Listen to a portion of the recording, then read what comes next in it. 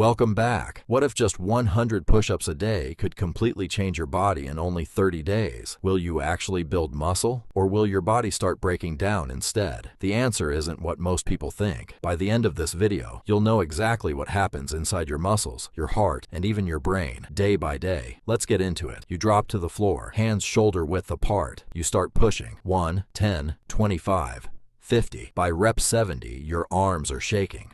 By rep 90, your chest feels like it's being pressed through the floor.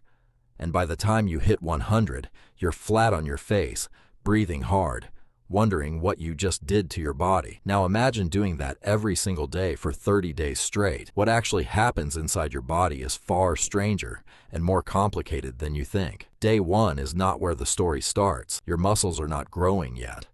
They are breaking. Every push-up sends a mechanical signal through your muscle fibers, the long rope-like cells that make up your chest, shoulders, and triceps. Those fibers develop tiny tears, microscopic damage along their length. This process has a name: exercise-induced muscle damage. Researchers at McMaster University in Canada have studied this process extensively and confirmed that this damage is not a side effect of training. Your body reads those tears as a threat. Within hours, your immune system floods the damaged tissue with white blood cells. Your muscle cells begin releasing chemical signals called cytokines, small proteins that act like alarm bells telling your body to begin repair. This is why you wake up on day 2 feeling like someone replaced your arms with concrete blocks. That soreness has a clinical name: delayed onset muscle soreness, or DOMS, which means the ache that peaks roughly 24 to 72 hours after exercise, because that is when the repair process is at its most intense. But here is what most people never realize: the repair process does not just patch the damage. It overbuilds. Your body lays down slightly more muscle protein than was there before, meaning the increase in size of muscle cells. Each fiber gets marginally thicker, marginally stronger, and then you do it again the next day. This is where the 30-day challenge gets complicated. By day 5 or 6, something interesting begins to happen. Your nervous system starts adapting faster than your muscles do. Your brain learns to recruit more motor units, the clusters of muscle fibers that fire together during a push-up, with greater efficiency. What felt impossible on day 1 starts to feel manageable, not because your muscles have grown dramatically yet, but because your brain has gotten better at using the muscles you already had. This is called neuromuscular adaptation, meaning your brain and muscles learning to work together more efficiently. It is why week 1 of any new exercise often produces dramatic feeling results that have almost nothing to do with new muscle tissue. Around the 10-day mark, your cardiovascular system starts responding too. Your heart has been pumping harder to deliver oxygen and nutrients to the working muscles in your chest, shoulders, and arms. Over time, it becomes more efficient at doing this. Your resting heart rate may begin to drop slightly. Your blood pressure might ease. A 2021 review published in the Journal of Physical Activity and Health found that consistent bodyweight exercise performed daily produced measurable improvements in cardiovascular markers within 2 to 3 weeks. But here is the counterintuitive part. Your muscles are not growing as fast as you might expect. By the second week, you are no longer a beginner to the push-up.